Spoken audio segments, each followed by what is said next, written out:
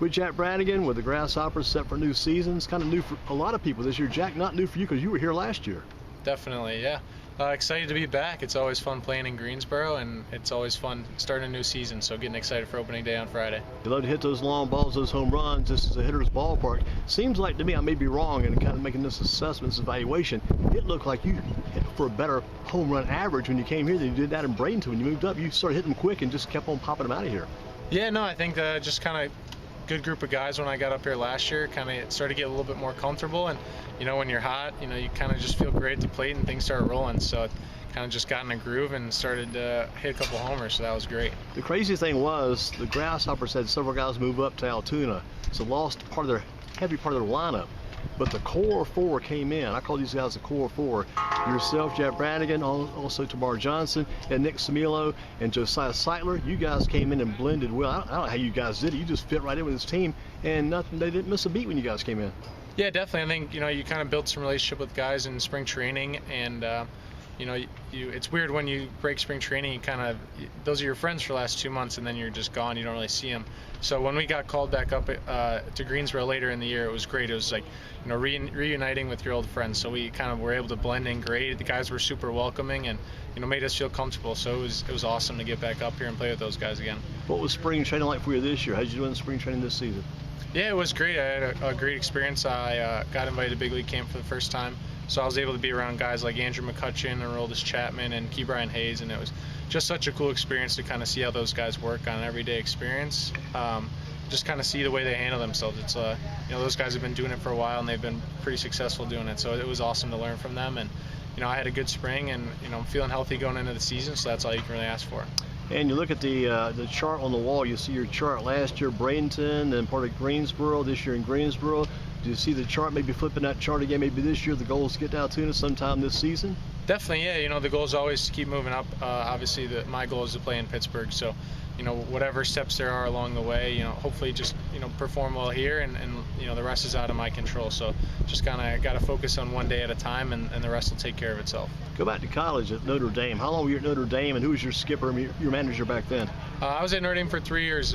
My head coach was Link Jarrett. Link Jarrett, who's that guy? That's the guy for UNCG, right? Definitely, yeah. He was at UNCG right before he got hired at Notre Dame. So I had a fantastic experience at Notre Dame, absolute blast. Coach Jarrett was the best. I had a ton of fun, so it was a great experience. You guys must have played well. You got that nice job at Florida State after Notre Dame. Yeah, my junior year we actually made it to the College World Series in Omaha, so kind of ended on a strong note, and then I got drafted. Coach Jarrett got the job over at Florida State, got to go back home, so it was pretty great for both of us. Going to be playing for a new leader, a new skipper this year, and Blake Butler. What does Blake Butler seem like as you've worked with him a little bit already? What do you see for this team this year under his leadership?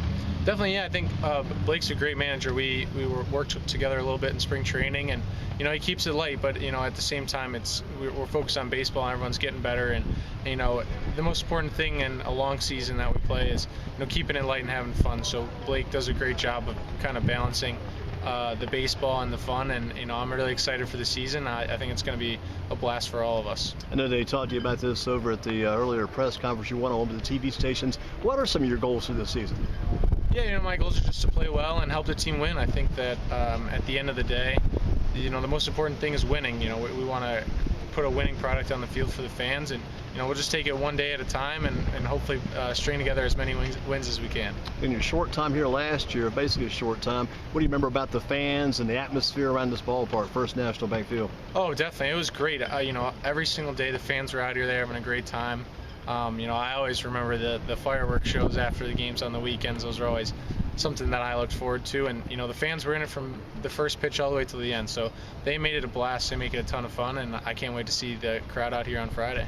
I talked to Blake Butler about it. You guys need a little a break from the action. His dad's got that Bob's Curb Market on Holden Road on the other side of town. They got Timber Point Water Park. You guys just get on Holden Road, take a break, and relax and recover and refresh and come back. But the whole thing about it is, how do you come back day by day playing these games? You got to have that short-term, all the better. Got to have a short-term memory. You got to have that. But day to day, the grind sometimes gets tough. How do you handle it day by day?